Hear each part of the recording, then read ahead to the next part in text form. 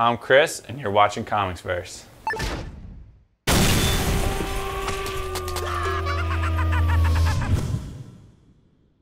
Today I'll be analyzing the Marvel Secret Wars tie-in, Masters of Kung Fu. Now, if you're a fan of any of the Shaw Brothers movies, or really any Kung Fu flick from the 70s or 80s, this is the comic for you.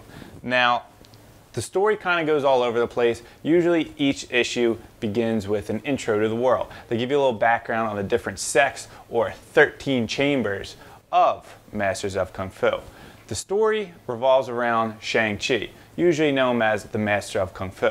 However, in this storyline, he's the son of the Emperor who actually assassinates a very prominent master of these 13 temples or 13 chambers. So the other character this story also involves is Danny Rand, otherwise known to most as Iron Fist. Now in this story he takes on a little bit more of a villainous role, or really an anti-hero role, seeking out Shang-Chi, who actually killed his master, the former head of the Iron Fist clan.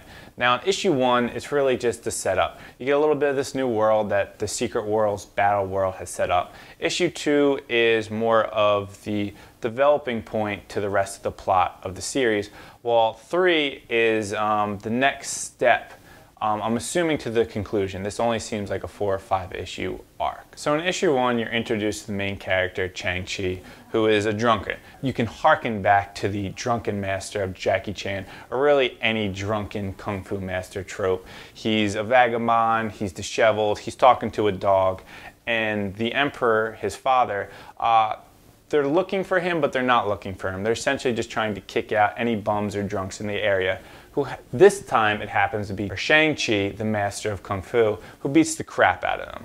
After dismantling these guards, they see Shang-Chi fighting and realize, hey, there's someone who's fighting back. Maybe they can help us learn some Kung Fu and finally find our place in this world. So they kind of help Shang-Chi escape. He leads them to this secret, they actually lead him to this secret cavern, and they try to get him to teach him the way of Kung Fu. And he's not really for it. He's got this weird history. He doesn't want to hurt people. So overall, these last 3 issues have been very heavy set in the usual Kung Fu trope.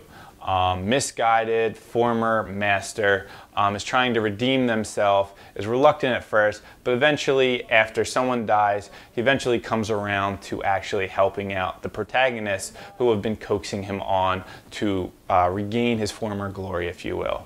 The art is phenomenal. The art has a very Eastern take on it, a very Kung Fu take on it. When you look at it, you feel like you're watching a Kung Fu movie. You feel like you're watching or reading an anime. It feels, you can feel the martial arts inspiration behind it. Story-wise, again, it's very tropey to the old martial arts Kung Fu genre that it hails from, especially with the title Masters of Kung Fu.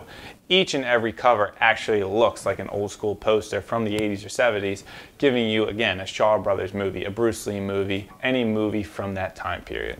Overall, if you like Kung Fu, if you like martial arts, if you like action in general, it's by far one of the best Secret Wars tie-ins, if you're into that kind of thing. I would personally rate it close to a 4 out of 5 or a 5 out of 5, depending on the issue. I'm Chris, and you've been watching ComicsVerse.